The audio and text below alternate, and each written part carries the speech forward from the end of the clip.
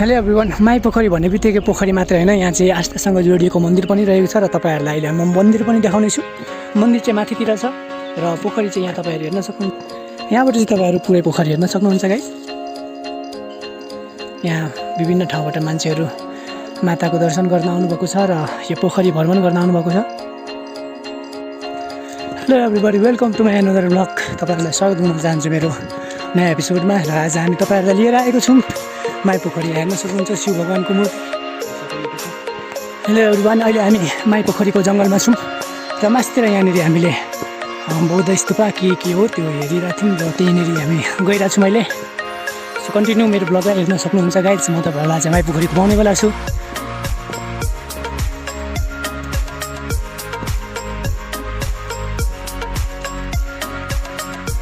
So guys, यहाँ बौद्ध धर्मसँग लगाउँदै थियो, बौद्ध स्तूपा जस्तै छ यहाँनिर। सो गाइज, यहाँ हेर्न सक्नुहुन्छ लालीगुराँसको बोट। यहाँनिर लालीगुराँस फुलेको हेर्न सक्नुहुन्छ र म चाहिँ एउटा लालीगुराँस यहाँबाट टिप्नेवाला छु। यो लालीगुराँस चाहिँ तपाईँको लागि।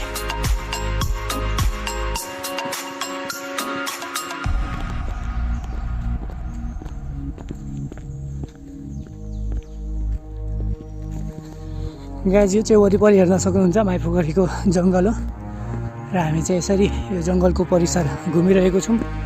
वरिपरिको दृश्य अवलोकन गर्दै हेर्न सक्नुहुन्छ कति रमणीय, सुनसान छ र चुरुङको आवाज वाउ हेर्न सक्नुहुन्छ गाइज। मान्छेहरू विभिन्न ठाउँबाट यहाँ अवलोकन भ्रमणको लागि आउनु रहेछ, माई पोखरी घुम्ने, मन्दिर दर्शन गर्ने।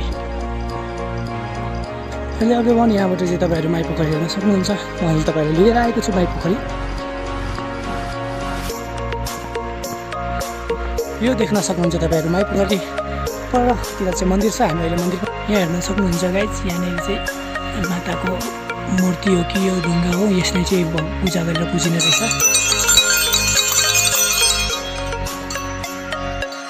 हेलो एभ्रिवान, माई पोखरी भन्ने बित्तिकै पोखरी मात्र होइन, यहाँ चाहिँ आस्थासँग जोडिएको मन्दिर पनि रहेको छ र तपाईँहरूलाई अहिले म मन्दिर पनि देखाउनेछु। मन्दिर चाहिँ माथितिर छ र पोखरी चाहिँ यहाँ तपाईँहरू हेर्न सक्नुहुन्छ। यहाँबाट चाहिँ तपाईँहरू पुरै पोखरी हेर्न सक्नुहुन्छ गाइज। यहाँ विभिन्न ठाउँबाट मान्छेहरू माताको दर्शन गर्न आउनुभएको छ र यो पोखरी भ्रमण गर्न आउनुभएको छ। फाइनली आजको फाइनल डेस्टिनेसन हामी पुगिसकेको छौँ। यहाँ चाहिँ मन्दिर रह्यो, तपाईँहरू हेर्न सक्नुहुन्छ, तर मन्दिर चाहिँ बन्द रहेको छ। यहाँ चाहिँ भित्र माताको मन्दिर रहेको छ तर मन्दिर बन्द रहेको छ।